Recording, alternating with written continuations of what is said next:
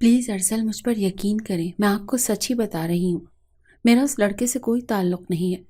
وہ نہ جانے کہاں سے آ گیا اور اس نے یہ سب کیوں کہا۔ میں کچھ نہیں جانتی۔ چٹاخ! ابھی وہ مزید کچھ بولتی مگر اس سے پہلے ہی ایک تھپڑ اس کی گال کو سرخ کر گیا۔ شرم نہیں آتی بدلحاظ لڑکی؟ تمہیں عزت بنا کر اس لیے تو اس گھر میں نہیں لایا تھا کہ تم میرے جانے کے بعد یہ گل کھلاتی پھرو؟ میں ابھی کہ ابھی تمہیں طلاق دیتا ہوں۔ یہ الفاظ اس کے ذہن میں گونجے تو وہ کانپ اٹھا تھا۔ نہیں نہیں ارسل، محبت ہوں آپ کی، میں بیوی ہوں، میں مت کریں ایسا۔ مزید منظر دھندلا چکے تھے۔ وہ اسے آگے کچھ دیکھ نہ سکا اور گھبرا کر اٹھ بیٹھا۔ عائشہ! جانے ارسل، کہاں ہو تم؟ گہری سانس لیتا ارسل سلطان اس بھیانک مگر حقیقت پر مبنی خواب سے بیدار ہو چکا تھا۔ آج سے کچھ ماہ پہلے کے مناظر جن پر اب سوائے پچھتانے کے اور کوئی راستہ نہ تھا۔ اے سی آن تھا مگر پھر بھی اس کا وجود پسینے سے بھیگ چکا تھا۔ دل کی دھڑکن اس قدر تیز تھی کہ جیسے سینے سے دل باہر ہی اچھل کر گر جائے گا۔ جب مزید بے چینی کم نہ ہوئی تو وہ بستر سے اٹھا اور بیلکنی میں آ کر کھڑا ہو گیا۔ تازہ ہوا اس کے چہرے پر اپنا لمس چھوڑنے لگی تو وہ آنکھیں بند کر کے گہرے سانس لینے لگا۔ ان مناظر کو بھلانے کی کوشش کرنے لگا جنہیں وہ چاہ کر بھی بھلا نہیں سکتا تھا۔ آنکھیں بند کر کے ابھی وہ خود کو نارمل کر ہی رہا تھا کہ جب اسے اپنی سماعتوں میں ایک نسوانی آواز گونجتی ہوئی سنائی دی۔ پلیز رحم کریں مجھ پر، میں سچ کہہ رہی ہوں، مجھے مت ماریں۔ میرے وجود کا کوئی حصہ آپ کو سلامت نظر آ رہا ہے جہاں پر آپ نے اپنے ظلم کی چھاپ نہ چھوڑی ہو؟ خدا کا واسطہ آپ کو مجھ پر رحم کریں، مجھ پر نہ صحیح میرے وجود میں پل رہی اس ننھی جان پر ہی رحم کر لیں۔ یہ آپ کا خون ہے۔ وہ سسک کر یہ سب کچھ کہہ رہی تھی۔ جیسے ہی یہ آواز ارسل تک پہنچی تو اس نے اپنی آنکھیں کھول کر آس پاس دیکھا۔ ساتھ والے فلیٹ سے یہ آوازیں آ رہی تھیں۔ ارسل ان کی بیلکنی کی طرف جھانک کر دیکھنے لگا مگر وہاں پر اس وقت کوئی نہیں تھا۔ مسلسل مارنے کی آوازیں آ رہی تھیں۔ نہ جانے کون تھا جو اس وقت ایک لڑکی کو یوں برے طریقے سے مار رہا تھا۔ ارسل مزید بے چین ہونے لگا۔ اس نے گھبراتے ہوئے اپنے فلیٹ کا دروازہ کھولا اور ساتھ والے فلیٹ کے دروازے پر دستک دینے لگا۔ ان کے ساتھ اس کی اچھی طرح جان پہچان تھی۔ شہزاد صاحب اپنے فلیٹ سے باہر نکلے۔ رات کا 1 بج رہا تھا۔ اس وقت ارسل کو اپنے فلیٹ کے باہر کھڑا دیکھ اسے کہنے لگے، ارسل میاں خیریت تو ہے؟ اس وقت ارسل گھبراتے ہوئے کہنے لگا کہ شہزاد بھائی، مجھے ساتھ والے فلیٹ سے ایک عورت کے رونے کی آواز آ رہی ہے۔ اس سے پہلے بھی بہت بار میں نے تھوڑی نوک جھوک تو سنی ہے مگر آج تو حد ہی ہو چکی۔ رونے کی آواز جس قدر بلند ہو رہی ہے، ہمیں چل کر پتہ کرنا چاہیے کہ آخر اصل ماجرا کیا ہے۔ یہ شخص جس قدر برے طریقے سے مار رہا ہے کہیں اس کی جان پر ہی نہ بنائے۔ ارسل کو اس قدر فکر مند دیکھ کر شہزاد صاحب جو اس سے عمر میں 8 سال بڑے تھے ایک گہری سانس خارج کر کے کاندھے پر ہاتھ رکھ کر کہنے لگے کہ ارسل میاں اپنے فلیٹ میں جائیے، اپنے دروازے کھڑکیاں بند کیجیے اور سو جائیے۔ آپ نہیں جانتے آپ جس عورت کے رونے کی بات کر رہے ہیں اس کا تعلق کیسے مرد سے ہے۔ وہ ایک پولیس آفیسر کی بیوی ہے، انتہائی سرپھرے پاگل پن کی حد تک پاگل، ایک پولیس والے کی بیوی۔ اس سے پہلے بھی بلڈنگ کے ایک شخص نے جا کر بات کرنے کی کوشش کی تھی مگر بدلے میں اس نے جس قدر بدتمیزی کی آپ کے کانوں کی لو تک سرخ ہو جائے گی۔ وہ شخص انتہائی بے حیا اور بے غیرت قسم کا ہے، اس لیے بہتر ہے کہ آپ ان معاملات میں دخل اندازی نہ کیجیے۔ اس عورت کو سچ میں مسئلہ ہوگا تو وہ خود ہمارے پاس آ کر مدد مانگے گی۔ ارسل یہ سن کر واپس اپنے فلیٹ میں تو آ چکا تھا مگر اس کے بعد اسے نیند نہیں آئی۔ پولیس محکمے سے تعلق تو اس کا بھی تھا، اسے اپنے آپ سے نفرت ہو رہی تھی۔ آنکھیں بند کرتا تو بار بار اس کی آنکھوں کے آگے وہ معصوم چہرہ، وہ ایک عکس گھوم جاتا۔ اس کی آنکھیں جلنے لگتی کیونکہ بار بار آنکھوں میں آنے والے آنسوؤں کو وہ مزید روک نہیں پا رہا تھا۔ ایک آنسو اس کی آنکھوں سے ٹوٹ کر گال پر بہہ گیا۔ وہ اتنا کمزور نہیں تھا، دنیا کی نظر میں وہ ایک انتہائی سخت اور پتھر دل انسان تھا مگر اس بند کمرے میں اکیلے اس فلیٹ میں وہ آج ٹوٹ کر بکھر رہا تھا۔ ابھی تک دوسری جانب سے رونے اور سسکنے کی آوازیں آ رہی تھی۔ جانے وہ کون تھی جس پر اس قدر ظلم کیا جا رہا تھا مگر ان سسکیوں میں سے اسے وہ یاد آنے لگی۔ وہ بھی تو اس کے سامنے یوں ہی روتی تھی، تڑپتی تھی، رو رو کر اپنی سچائی کا یقین دلاتی تھی مگر اس وقت شک کی ایسی پٹی ارسل کی آنکھوں پر بندھی ہوئی تھی کہ وہ اس پر یقین ہی نہ کر پایا۔ اس روز خانزادہ حویلی میں جشن کا سما تھا جب ارسل کے ماں باپ نے اس کی محبت کو اس گھر کی عزت اور بہو بنانے پر حامی بھر لی تھی۔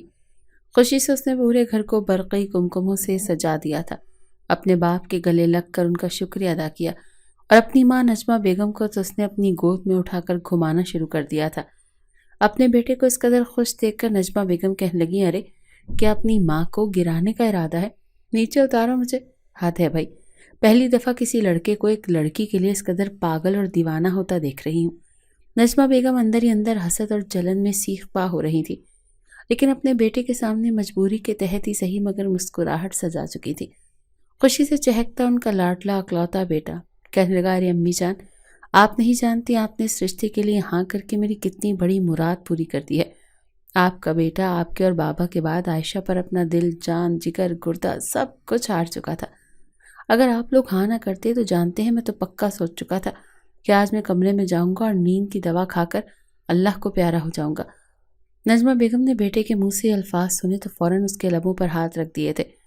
فوراً کان مروڑ کر کہنے لگی، خبردار جو تو نے ایسا سوچا بھی، ارے ایک بار بھی میرا نہیں سوچا۔ 5 سال تیری شکل دیکھنے کو ترستی رہی میں، اولاد کے لیے کتنی منتیں مرادیں مانی، تب جا کر تو اس دنیا میں آیا۔ تم اپنے ماں باپ کی محبت کو کل کی آئی لڑکی کے لیے چھوڑ رہا ہے؟ اپنی ماں کی بات سن کر وہ انہیں سینے سے لگا کر کہنے لگا کہ نہیں ایسی بات نہیں ہے، مگر جس طرح میں آپ دونوں سے بے تحاشا محبت کرتا ہوں نا، ویسے ہی عائشہ بھی میرے دل کی دنیا پر حکمرانی جما چکی ہے۔ میں اسے اس گھر میں بہو بنتا دیکھنا چاہتا ہوں، آپ کے ساتھ کچن میں ہاتھ بٹاتے ہوئے دیکھنا چاہتا ہوں، میرے لیے من پسند کھانے بناتا دیکھنا چاہتا ہوں، وہ میرے بابا کی خدمت کرے اور ہم ایک ہیپی فیملی کی طرح رہیں، جو تبھی ممکن ہو سکتا ہے جب شادی میری مرضی سے ہو۔ نجمہ بیگم اپنے بیٹے کی خوشیوں میں بظاہر تو خوش دکھائی دے رہی تھی، مگر اندر تک انہیں عائشہ کا نام سن کر ہی آگ لگ چکی تھی۔ گاڑیاں تیار تھیں جب وہ سبھی شگون کے لیے عائشہ کے گھر پہنچے تھے۔ جیسے ہی نجمہ بیگم اور ظفر صاحب گھر میں داخل ہوئے تو سامنے ہی عائشہ سفید رنگ کا فراک پہنے، ہلکا ہلکا میک اپ کیے تیار کھڑی تھی۔ ان کو آتا دیکھ کر سر پر سلیقے سے دوپٹہ کیا آ کر نجمہ بیگم سے ملی۔ چونکہ دستور تھا اور موقع بھی اس لیے نہ چاہتے ہوئے بھی انہیں عائشہ کو اپنے سینے سے لگانا پڑا، اور کان کے پاس سرخوشی نما انداز میں طنز کرتے ہوئے کہنے لگی، تم تو پہلے ہی سے تیار پکی کر کے بیٹھی ہوئی ہو، دیکھو تو کیسے تیار ہو، شاید پہلے ہی سے میرے بچے نے تمہیں خبر کر دی تھی کہ ہم آ رہے ہیں۔ اپنی تائی کی یہ بات سن کر عائشہ تھوڑی ہڑبڑائی، مگر بولی کچھ نہیں۔ جب ظفر صاحب نے عائشہ کا رشتہ ارسل کے لیے مانگا تو جاوید صاحب کے پاس انکار کی کوئی وجہ نہیں تھی۔ انہوں نے خوشی خوشی اپنے بڑے بھائی کو ہاں کر دی تھی۔ کہنے لگے، بھائی صاحب یہ آپ کی امانت ہے، آپ جب چاہیں اسے لے جا سکتے ہیں، میری کیا مجال جو میں آپ کو انکار کرتا۔ یہ سن کر نجمہ بیگم فوراً سے کہنے لگی، ہاں اتنا اچھا رشتہ بھلا کوئی ٹھکرا بھی کیسے سکتا ہے؟ ارے میرا مطلب ہے کہ ہر ایک ماں باپ کی یہ خواہش ہوتی ہے نا، ان کی بیٹی جہاں شادی کر کے جائے وہاں لڑکا اکلوتا ہو، اچھا کھاتا کماتا ہو، بڑا گھر ہو، ان کی بیٹی راج کرے۔ اور آپ کی بیٹی تو ماشاءاللہ سے کتنی خوش قسمت ہے نا کہ اللہ پاک نے اس کے بھاگ کھول دیے۔ یہ کہتے ہوئے انہوں نے اس چھوٹے سے لاؤنج پر ایک نظر ڈالی۔ یہ گھر جو ان کے گھر کے مقابلے میں مرغی کے ڈربے جتنا تھا، ان کی حیثیت میں اور ظفر صاحب کی حیثیت میں زمین آسمان کا فرق تھا۔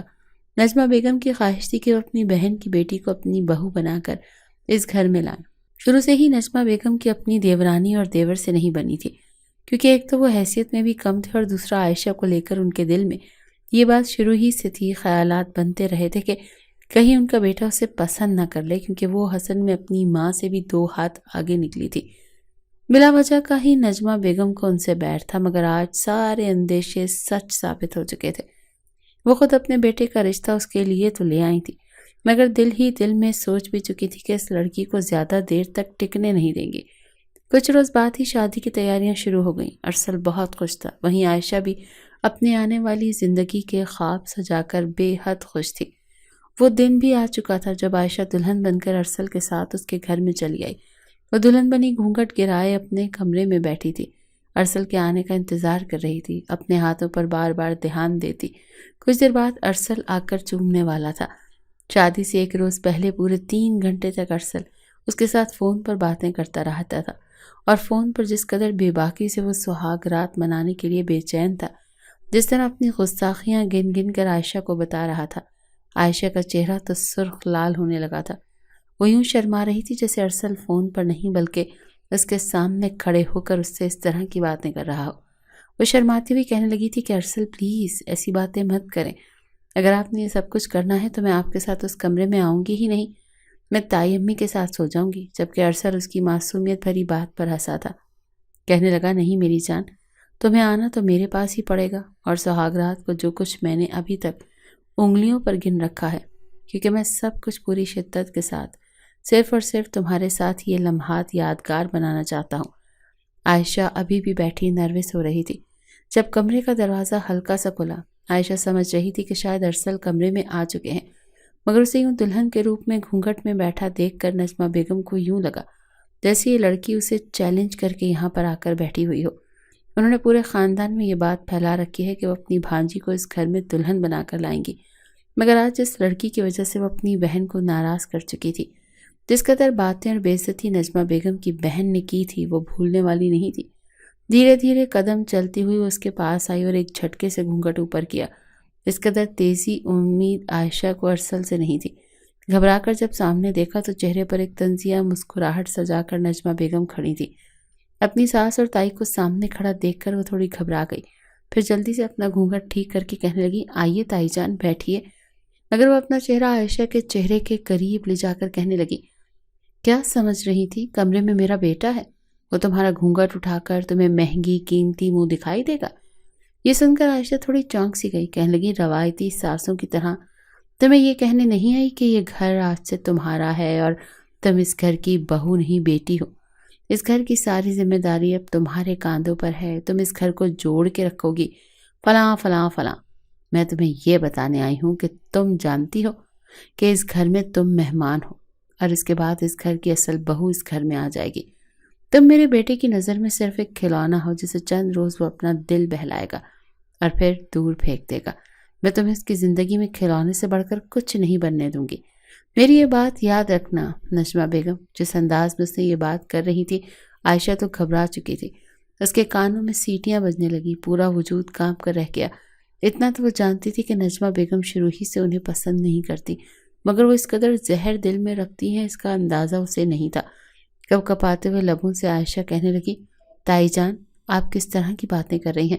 میں بہو ہوں آپ کی، ارسل مجھے پسند کرتے ہیں، وہ کبھی بھی مجھے نہیں چھوڑیں گے، ہم ہمیشہ ساتھ رہیں گے۔ آپ کو مجھ سے بھی گلہ ہے، وقت کے ساتھ ساتھ میں پوری کوشش کروں گی کہ میں آپ کا ہر گلہ ختم کر دوں، مگر پلیز ایسی باتیں مت کیجیے، میرے ماں باپ تو جیتے جی مر جائیں گے، اور اگر ارسل کو پتہ چلا کہ آپ مجھے اس طرح کہہ رہی ہیں تو جانتی تو ہیں کہ وہ مجھ سے کتنی محبت کرتا ہے۔ نجمہ بیگم نے جب اسے اپنے سامنے یوں بٹر بٹر بولتے دیکھا تو اس کا منہ دبوچ چکی تھی، اس کے چہرے پر لپسٹک پھیل چکی تھی۔ وہ چڑ کر کہنے لگی، خبردار لڑکی، اس سے زیادہ ایک لفظ بھی تم نے میرے سامنے کہا تو سمجھ رہی ہو نا، بولتی جاؤ گی اور میں سنتی جاؤں گی۔ میں تم سے بحث کرنے کو نہیں کہا، صرف بتایا ہے کہ اس گھر میں اپنی اوقات یاد رکھنا، اور یہ بھی یاد رکھنا جب تک نجمہ بیگم زندہ ہے تمہارے سر پر موت کی تلوار منڈلاتی رہے گی۔ تم اس وقت میری بھانجی کی جگہ پر موجود ہو، سمجھی؟ تو جیسی مڈل کلاس لڑکی اس گھر کی بہو کبھی بھی نہیں بنے گی۔ اچھا خاصا دھمکا کر نجمہ بیگم وہاں سے جا چکی تھی، اور عائشہ روتی ہوئی اپنی آنکھوں میں آنے والے آنسوؤں کو صاف کر رہی تھی۔ جانے سے پہلے نجمہ بیگم اسے بھی کہہ چکی تھی کہ اگر تم نے میرے بیٹے کو میرے بارے میں کچھ بھی بتایا تو یاد رکھنا تمہارا وہ حشر کروں گی کہ تم یاد رکھو گے۔ کچھ دیر بعد ہی ارسل کمرے میں آنے والا تھا۔ یہ تو اس کے دوست تھے جنہوں نے اسے روک کر نیچے رکھا ہوا تھا۔ وہ جلدی سے آئینے کے سامنے کھڑی ہوئی، ٹیشو پیپر سے اپنا چہرہ صاف کرتی ہوئی اپنی لپسٹک پونچھنے لگی۔ ابھی وہ لپسٹک لگا ہی رہی تھی جب دروازہ کھل گیا۔ ارسل کمرے میں داخل ہوا۔ دستور کے مطابق عائشہ کو بیڈ پر ہونا چاہیے تھا، مگر اسے ڈریسنگ ٹیبل کے سامنے کھڑا دیکھ کر مسکرا دیا اور کہنے لگا، میری بیوی میرے لیے مزید کتنا خود کو حسین کر رہی ہے۔ ارے ارسل کی جان، یہ کیا؟ میں تو سمجھ رہا تھا کہ تم گھونگھٹ گرا کر بیٹھی ہوگی اور میں گھونگھٹ اٹھا کر تمہیں دیکھوں گا، تمہارے حسن پر قصیدے پڑھوں گا۔ جلدی سے عائشہ اپنا گھونگھٹ گرا چکی تھی۔ وہ یہ رات یادگار بنانا چاہتی تھی، مگر چاہ کر بھی نجمہ بیگم کے الفاظ بھول نہیں پا رہی تھی۔ جلدی سے جا کر بیڈ پر بیٹھی اور ارسل مسکراتے ہوئے اس کو گھونگھٹ اٹھانے لگا۔ وہ اس وقت قیامت ڈھا رہی تھی، مگر ابھی بھی یوں محسوس ہو رہا تھا جیسے وہ رو رہی ہو۔ ارسل کے سامنے مسکرا کر اس نے اپنے منہ دکھائی کا تحفہ لیا، اور پھر دونوں محبت بھری باتوں میں مصروف ہو گئے۔ جس طرح کے جذبات ارسل کو عائشہ سے چاہیے تھے وہ دکھا نہیں پا رہی تھی۔ باتوں ہی باتوں میں ارسل نے اس سے پوچھ بھی لیا تھا کہ کیا بات ہے؟ میں جانتا ہوں تمہارے لیے ماں باپ کو چھوڑ کر آنا آسان نہیں ہے، مگر تم دن میں 10 بار بھی کہو گی تو میں تمہیں تمہارے ماں باپ سے ملوانے کے لیے لے جاؤں گا۔ آج رات کے لیے میں نے بہت شدت سے انتظار کیا ہے۔ میرے ساتھ بات تو کرو، مجھے ایسے لگ رہا ہے جیسے تم ابھی تیار نہیں، میرے ساتھ تم کمفرٹیبل نہیں لگ رہی۔ ارسل کو کچھ اندیشہ سا ہونے لگا، مگر وہ یقین دلانے لگی کہ نہیں وہ ٹھیک ہے، بس اس کے سر میں درد ہو رہا ہے۔ ارسل کافی بدمزہ ہو چکا تھا، مگر اسے عائشہ کی طبیعت کی فکر تھی، اسی لیے اس رات اس نے عائشہ کو اپنی باہوں کے حصار میں ہی گزار دی۔ اگلے روز ولیمہ تھا۔ نجمہ بیگم نے اپنی بہن اور بھانجی کو بھی بلوایا تھا۔ اسٹیج پر لا کر اپنی بھانجی کو عائشہ سے ملوایا اور اس سے کہا کہ تم کبھی بھی نوشین کی جگہ نہیں لے سکو گی۔ ایک بار پھر اس کی آنکھوں میں آنسو آ چکے تھے۔ ارسل جو ہنستا مسکراتا سب سے بات چیت کر رہا تھا، عائشہ کا بجھا ہوا چہرہ ہر کوئی دیکھ رہا تھا۔ ارسل کے دوست نے جب عائشہ کو دیکھا تو کہنے لگے کہ ارے بھابھی اتنی اداس کیوں ہیں؟ تم تو کہہ رہے تھے کہ ہماری لو میرج ہے، مگر بھابھی کو دیکھ کر تو لگتا ہے جیسے ان کی تو اس شادی میں مرضی ہی شامل نہیں۔ جس وقت ارسل کے دوستوں نے یہ بات کہی تو وہاں پر نجمہ بیگم بھی آ چکی تھی۔ ارسل تو ان کی بات ہنس کر ٹال گیا، مگر نجمہ بیگم گہری سانس خارج کر کے اپنے بیٹے سے کہنے لگی، ہاں تم ہی ہو جو اس کے لیے مرے جا رہے تھے، ورنہ دیکھو تو ہر کوئی مجھ سے یہی کہہ رہا ہے کہ کیا لڑکی کی زبردستی دلہن بنا کر بٹھایا گیا ہے؟ یہ تو یوں منہ بنا کر بیٹھی ہے جیسے اس کی شادی میں مرضی شامل نہ ہو۔ سچ بتاؤ، تم نے زبردستی تو شادی نہیں کی، یہ تمہیں پسند تو کرتی ہے نا؟ میں نے تو یہ بھی سن رکھا تھا کہ عائشہ کا رشتہ اس کے ماموں کے بیٹے کے ساتھ ہونے والا تھا، ان کے گھر بھی آنا جانا تھا۔ بہرحال جو بھی تھا، مگر اس لڑکی کو سب کے سامنے ہماری باتیں تو نہ بنوائیں۔ ارسل کو بھی اس بات پر تھوڑا غصہ آ چکا تھا۔ گھر جا کر اس نے عائشہ سے اس بات کا تذکرہ بھی کیا۔ دھیرے دھیرے وقت آگے بڑھنے لگا۔ شادی کے بعد دعوتوں سے فارغ ہونے کے بعد عائشہ گھر کی ذمہ داری سنبھال چکی تھی اور پوری کوشش کر رہی تھی کہ وہ اپنی ساس کو شکایات کا موقع نہ دے، مگر وہ اسے اپنی بہو کم اور ملازمہ زیادہ سمجھ رہی تھی۔ ایک روز جان بوجھ کر نجمہ بیگم نے عائشہ کے ماموں کی فیملی کو اپنے گھر دعوت پر بلا لیا۔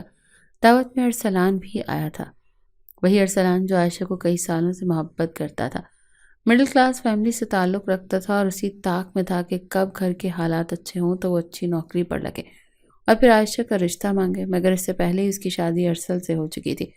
اس بات سے عائشہ بالکل بے خبر تھی، مگر نجمہ بیگم سوچ چکی تھی کہ آج وہ ایک بہت بڑا دھماکہ عائشہ کی زندگی میں کرنے والی تھی۔ کھانا کھانے کے بعد جب برتن عائشہ اٹھا کر رکھنے لگی تو ارسلان بھی اس کے ساتھ ہی کام کروانے لگا۔ نجمہ بیگم فوراً سے کہنے لگی، ارے بیٹا یہ تمہارا گھر نہیں ہے، یہاں پر کام ملازم کرتے ہیں، تم چھوڑ دو۔ مگر ارسلان تو بجائے شرمندہ ہونے کے کہنے لگا، کوئی بات نہیں آنٹی، کھانے کے بعد اپنے برتن خود اٹھا کر رکھنے چاہیے، میری شروع ہی سے یہ عادت بنی ہوئی ہے۔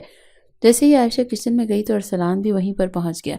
عائشہ اس کے مسکراتے ہوئے کہنے لگی، ارسلان تم بھی اب شادی کر لو، مجھ سے پورے 3 سال بڑے ہو، ماموں جان کی بھی طبیعت ٹھیک نہیں رہتی، وہ بھی تمہاری خوشیاں دیکھ لیں گے، ان کے بھی کچھ ارمان ہیں جو اب میں۔ ارسلان گہری سانس خارج کر کے کہنے لگا، ہاں چاہتا تو میں بھی یہی تھا، مگر کیا کروں، جس سے محبت کرتا تھا وہ میری دسترس سے کافی دور جا چکی ہے، مجھے ایک وقت لگے گا اسے بھولنے میں اور کسی اور کو اپنی زندگی میں شامل کرنے میں۔ اس کی بات پر عائشہ تھوڑی متذبذب سی ہوئی، کہنے لگی، اچھا کون تھی وہ لڑکی؟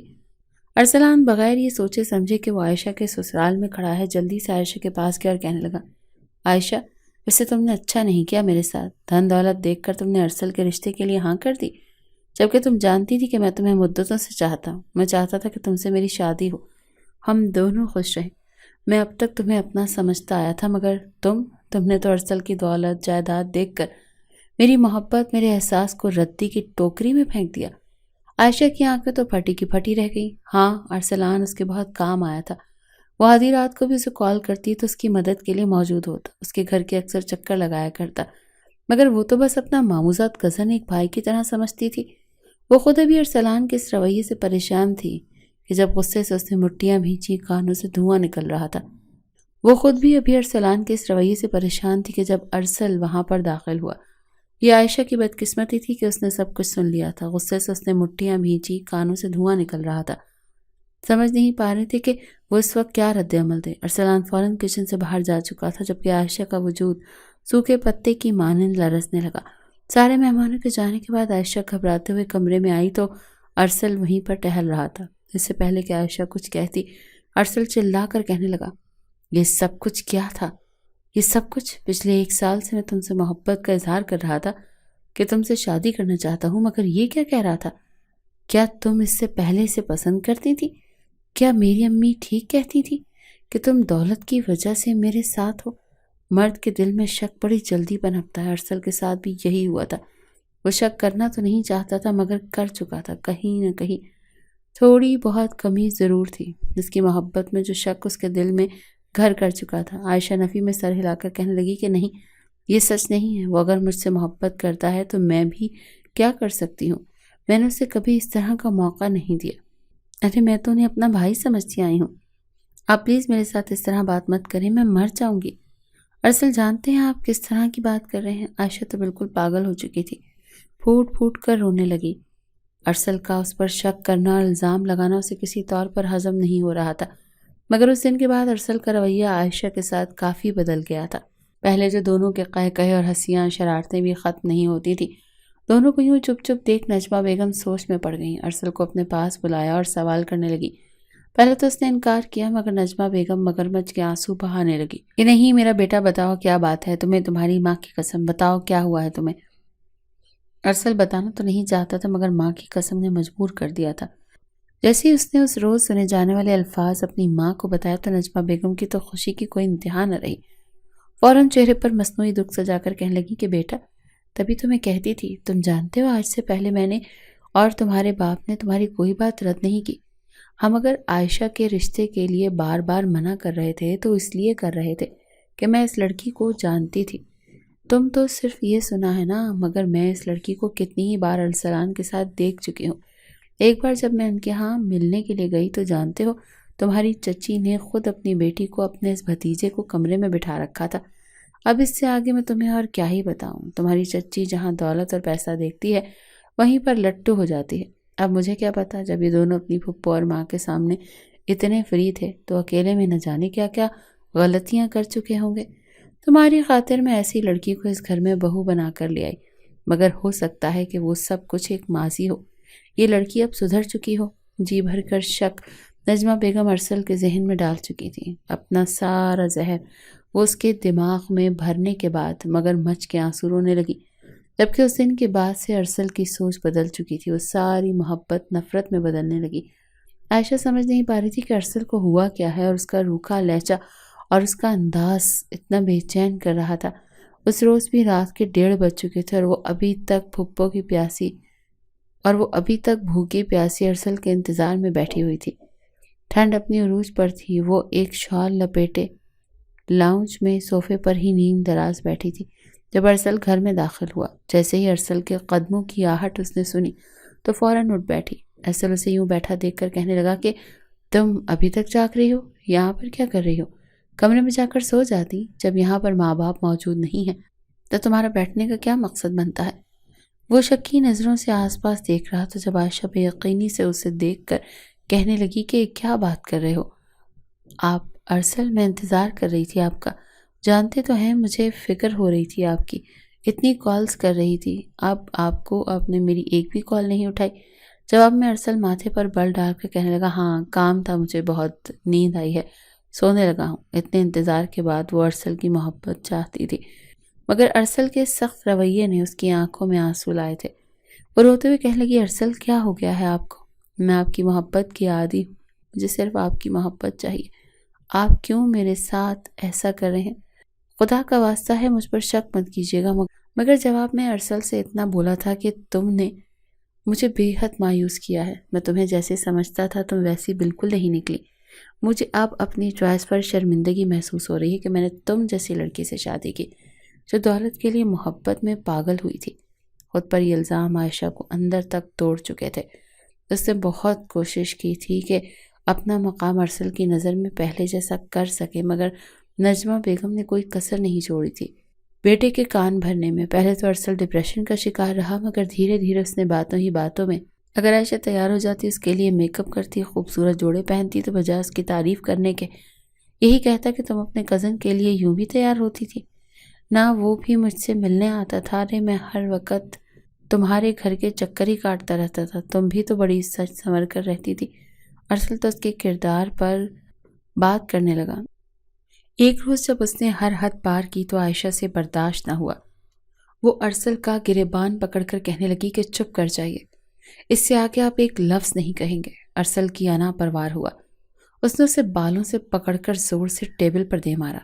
ٹیبل کا کونا سر میں لگنے کی وجہ سے خون کا ایک فوارہ چہرے پر بہہ کر نکلا، مگر یہاں پرواہ کسے تھی؟ اگلے روز روتے ہوئے اس نے نجمہ بیگم کو ساری بات بتائی، مگر وہ بھی بدلے میں ہنس کر کہنے لگی کہ ہاں بیٹا، میں نے تمہیں پہلے ہی کہا تھا، اس گھر میں تم آئی تو بڑی ہنستی کھیلتی ہو، مگر جاؤ گی روتے ہوئے ہی۔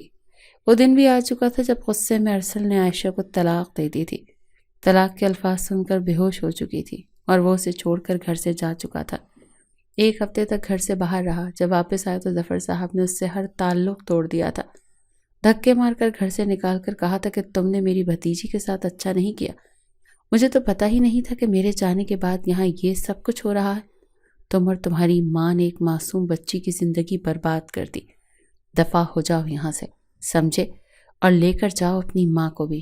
شام سے ظفر صاحب نے اپنی بیوی اور بیٹے دونوں کو گھر سے نکال دیا تھا۔ نجمہ بیگم اور ارسل دونوں ہی اس فلیٹ میں آ کر رہنے لگ گئے تھے۔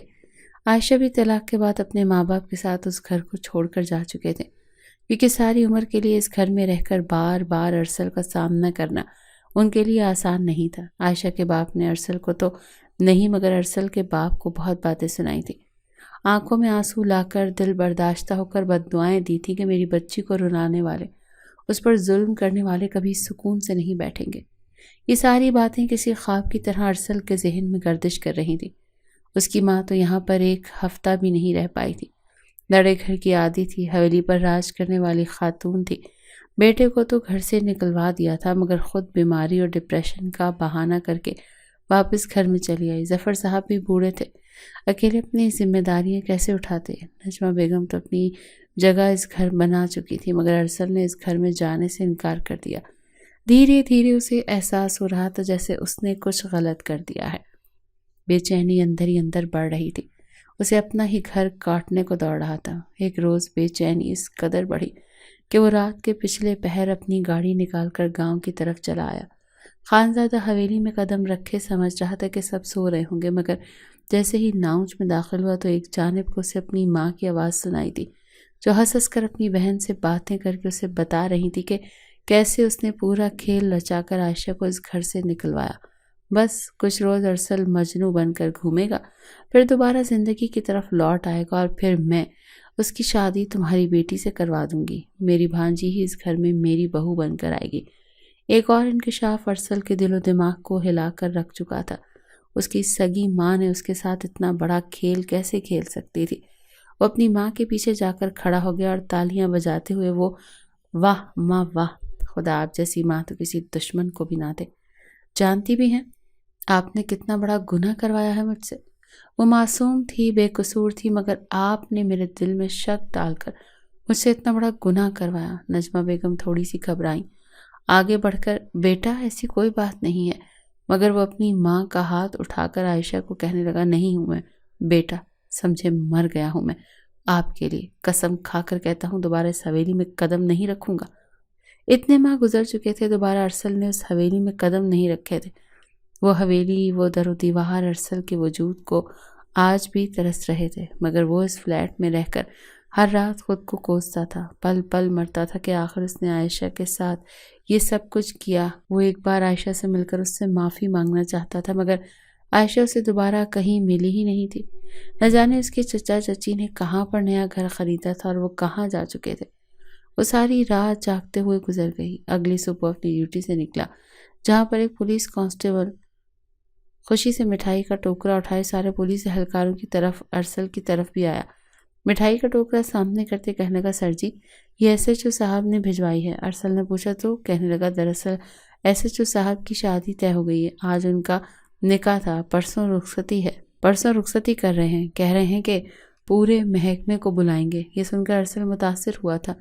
S H O Adnan Afandi ایک انتہائی روبدار اور پرکشش شخصیت کے مالک تھے، اپنے اصولوں کے خلاف نہیں جاتے تھے۔ ارسل وہ مٹھائی کھا چکا تھا، پرسوں اسے بھی انوائٹ کیا گیا، رخصتی اور ولیمہ ایک ہی دن تھا۔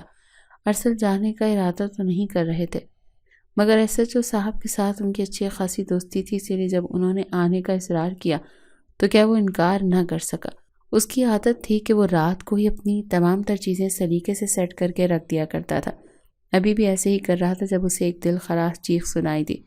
وہ بھی ساتھ والے فلیٹ سے۔ ظالم شخص نہ جانے اس پر کیا ظلم کر رہا ہے۔ جس قدر درد بھرے لہجے میں وہ چیخیں تھیں، ارسل کو بھی یوں لگا جیسے اس کے کانوں میں عائشہ کی آواز ٹکرائی ہو۔ بے ساختہ اس کے لبوں سے عائشہ کا نام نکلا تھا۔ مزید برداشت کرنا اس کے لیے آسان نہیں تھا۔ اگر وہ دروازے پر دستک جا کر دیتا تو کوئی بھی دروازہ نہ کھولتا۔ ارسل سوچنے لگا کہ بیلکنی میں آیا اور ایک نظر ساتھ والے فلیٹ کی بیلکنی کو دیکھنے لگا۔ پولیس ٹریننگ میں وہ اتنی تو ٹریننگ سیکھ چکا تھا۔ پہلے اس نے فاصلے کا تعین کیا اور پھر اپنی بیلکنی سے سیدھا سامنے والے فلیٹ کو بیلکنی میں چھلانگ لگا دی۔ کانچ کا دروازہ کھلا ہوا تھا۔ سامنے کا منظر ارسل کی نظروں کے سامنے تھا۔ ایک پل کو تو اس کی سانس رک چکی تھی۔ لڑکی کے دونوں ہاتھ بندھے ہوئے تھے، چہرے پر نیل اور زخموں کے نشان تھے۔ پھر وہ شخص ہاتھ میں بیلٹ لیے ظالموں کی طرح لڑکے کو مار رہا تھا۔ شکل سے ہی کوئی خون خوار درندہ لگ رہا تھا۔ غصے سے جیسے ہی ارسل اندر داخل ہوا تو دونوں ہی ہڑبڑاتے ہوئے اٹھے۔ وہ شخص آس پاس دیکھ کر کہنے لگا، کہاں سے آئی ہو تم؟ جبکہ وہ لڑکی جو رو رہی تھی بیچاری اپنے 4 پیروں پر چلتی ہوئی دونوں ہاتھ جوڑ کر التجا کرنے لگی کہ مجھے اس ظلم سے بچا لو۔ جب اس شخص نے اپنی بیوی کو یوں ارسل کے قدموں میں جاتے دیکھا تو غصے سے کہنے لگا، اچھا تو یہ تیرا یار ہے؟ میرے جانے کے بعد اس سے ملاقاتیں کرتی تھی، اس کا بچہ پل رہا تھا نا تیرے پیٹ میں، بے حیا عورت۔ اس سے پہلے کہ وہ شخص مزید کچھ کہتا، ارسل نے اسے پکڑ کر مارنا شروع کر دیا۔ زوردار مکے اس کے منہ پر مارے اور اس کی پیٹھ میں گھونسے مارے۔ ارسل کے تھپڑ کھا کر وہ ادموا ہو گیا اور پھر گر گیا۔ یہ تو ارسل کے ہی محکمے کا ایک پولیس افسر تھا جس سے کبھی کبھار اس کی سلام دعا ہو جاتی تھی، مگر وہ یہ نہیں جانتا تھا کہ اس کے ساتھ والے فلیٹ میں یہی درندہ شخص ظلم کرتا ہے۔ ارے اس سے تو بعض مرتبہ یہ خبریں بھی ملی تھیں کہ فرحان اور احمد نامی یہ پولیس افسر جیل میں جا کر قید ہو کر آنے والی لڑکیوں کے ساتھ غلط کام بھی کرتے ہیں، اور اپنے حاملہ بیوی پر ظلم کرنے کے بھی جرم میں ارسل نے اسے پولیس کے حوالے کر دیا۔ نہ چاہتے اس کی نوکری معطل ہو چکی تھی، بالکل وہ قید میں جا چکا تھا۔ اس طرح لڑکی نے روتے ہوئے خود بیان دیا تھا کہ اس شخص نے شک کی بنیاد پر کتنا ظلم کیا، اور تم اور اس کے وجود میں پل رہے بچے کو بھی گالی دے رہے ہو۔ ہر کوئی ارسل کو داد دے رہا تھا، شاباشی دے رہا تھا کہ اس نے بے حد نیکی کا کام کیا۔ وہ لڑکی بھی ارسل کے سامنے ہاتھ جوڑ کر اس کا شکریہ ادا کرنے لگی، کہنے لگی، آپ تو بہت اچھے انسان ہیں۔ آپ جیسا شوہر جو دوسری عورتوں کو اتنی عزت دیتے ہیں نا، جانے وہ اپنی بیوی سے کتنی محبت کرتا ہوگا۔ اللہ تعالیٰ آپ کو خوش رکھے اور آپ کی بیوی کو آپ کا سچا نصیب کرے۔ یہ دعا ارسل کو سر جھکانے پر مجبور کر چکی تھی، کیونکہ وہ لڑکی کہاں ہے جانے کہ ارسل تو نہ جانے اپنی کن گناہوں کا کفارہ ادا کر رہا تھا۔ ارسل نے اس لڑکی کو ہاسپٹل میں چھوڑا جہاں وہ اپنے آگے کی زندگی گزار سکتی تھی، کیونکہ اس کے مائکے میں سسرال میں کوئی بھی ایسا موجود نہیں تھا جو اس کی کفالت کر سکتا۔ روز SHO صاحب کا گرینڈ فنکشن تھا۔ ابھی بھی جب تیار ہو کر اس نے ڈریسنگ ٹیبل میں خود بھر کر ایک نظر دوڑائی تو اسے اپنے کاندھوں پر سر رکھے ہوئے عائشہ دکھائی دی۔ وہ اکثر ایسا ہی تو کرتی تھی، اپنے دونوں ہاتھ ارسل کے سینے پر رکھ کر اپنا سر اس کاندھے پر رکھتی اور پھر آنکھیں موند کر کہا کرتی کہ کیا ارسل، صبح صبح آپ مجھے چھوڑ کر چلے جاتے ہیں؟ جانتے ہیں میں گھنٹوں آپ کے کندھوں پر سر رکھ کر آپ سے محبت کی باتیں کرنا چاہتی ہوں، مگر آپ ہیں کہ بس ہر وقت ڈیوٹی ڈیوٹی ڈیوٹی۔ وہ جس قدر بھولے پن سے بولی تھی، ارسل اس کے دونوں ہاتھوں میں چہرہ چھپا کر اس کے ماتھے پر لب رکھ دیتا تھا اور بڑے پیار سے سمجھاتا تھا کہ بس ایک ضروری کیس ہے، سولو کر لوں، اس کے بعد پکا ہم ایک ہفتے کے لیے ہنی مون پر چلیں گے، پھر میرے 24 گھنٹے پر صرف اور صرف تمہارا حق ہوگا۔ وہ وقت آج بھی یاد کر کے ارسل کے چہرے پر ایک پھیکی سی مسکراہٹ پھیل گئی تھی۔ سلامی کے لیے پیسے اور ایک خوبصورت سا پھولوں کا دستہ لے کر وہ شادی ہال میں پہنچ گیا تھا۔ اپنے باقی کے پولیس محکمہ کے لوگوں کو ساتھ وہ ایک طرف بیٹھا تھا جب دولہا اور دلہن کی انٹری ہوئی۔ SHO عدنان افندی اس وقت واقعی بہت خوبصورت لگ رہے تھے، مگر ان کے ساتھ جو لڑکی چل کر اسٹیج کی طرف آ رہی تھی اسے دیکھ کر ارسل خانزادہ کی تو آنکھیں پھٹی کی پٹی رہ گئیں۔ یہ تو عائشہ تھی، اس کی عائشہ جس سے وہ طلاق لے کر اپنی زندگی میں ہمیشہ ہمیشہ کے لیے نکال چکا تھا، جس کے لیے در در بھٹک رہا تھا، نیکیاں کرتا پھر رہا تھا، خیرات کر رہا تھا، یہی دعا کر رہا تھا کہ بس کسی بھی طرح ایک بار عائشہ اس کے سامنے آ جائے تو وہ کچھ بھی کرے گا، اسے دوبارہ اپنائے گا، اپنی زندگی میں شامل کرے گا۔ عدنان افندی کا بازو تھامے وہ دونوں ہی اسٹیج پر پہنچ چکے تھے۔ نوٹوں کی بارش ان پر ہو رہی تھی، پھول نچھاور کیے جا رہے تھے، اور ارسل یوں تھا کہ جیسے اس کے پورے ہال میں خاموشی چھائی ہوئی ہو۔ صرف وہ ہوں جو عائشہ ہو، جس قدر پیار سے ارسل خانزادہ کے سامنے عدنان آفندی نے اپنی جیب سے ہزاروں نوٹ نکال کر عائشہ کے سر پر وار کر اپنے ساتھ کھڑے شخص کو دے دیے کہ جا کر باہر موجود غریب بچوں میں بانٹ دو۔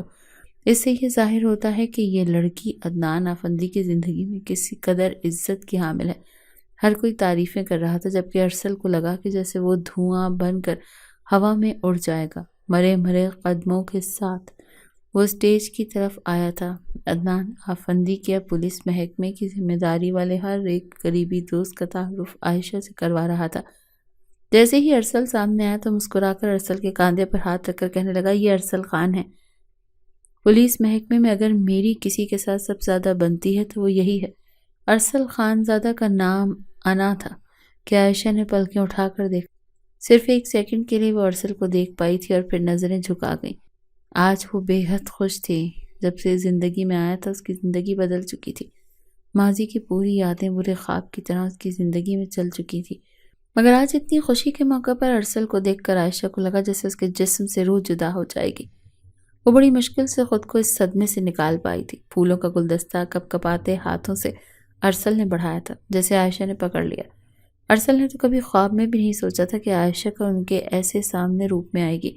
وہ بغیر کھانا کھائے وہاں سے جا چکا تھا، گاڑی کے مقصد چلاتا ہوا آخر تک ویران جگہ پر کھڑا کر کے وہ چیخ چیخ کر رو رہا تھا۔ رو رو کر وہ اپنی موت مانگ رہا تھا، یا اللہ مجھے مار دے، مجھے ختم کر دے۔ میں یہ منظر بھول نہیں پا رہا، میرا دم گھٹ رہا ہے، میں مر جاؤں گا۔ میں یہ منظر دیکھنے سے پہلے مر کیوں نہیں گیا؟ اس قدر تیز ڈرائیونگ کرتے ہوئے آگے بڑھا کہ گاڑی سے اس کا ایکسیڈنٹ ہو چکا تھا۔ جس اسپتال میں ارسل خانزادہ کو لایا گیا تھا وہاں پر ظفر صاحب کے جاننے والے ڈاکٹرز موجود تھے۔ فوراً کو کال کی گئی۔ نجمہ بیگم نے جب اپنے جوان بیٹے کو یوں برے طریقے سے ایکسیڈنٹ کی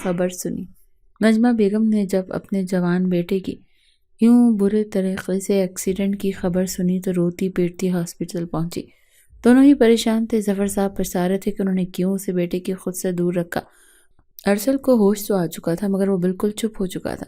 ڈاکٹر تو یوں لگنے لگا جیسے وہ گونگا ہی ہو چکا، مگر دھیرے دھیرے اس نے بات کرنا شروع کی۔ کئی مہینے گزر چکے تھے اسے صدمے سے نکلنے میں، مگر وہ پہلے جیسا نہیں رہا تھا۔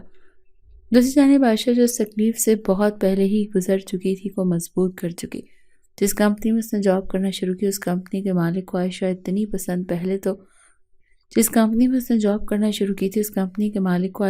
پسند آ گئی کہ انہوں نے اپنے بیٹے SHO عدنان آفندی کے لیے اس کا رشتہ مانگ لیا۔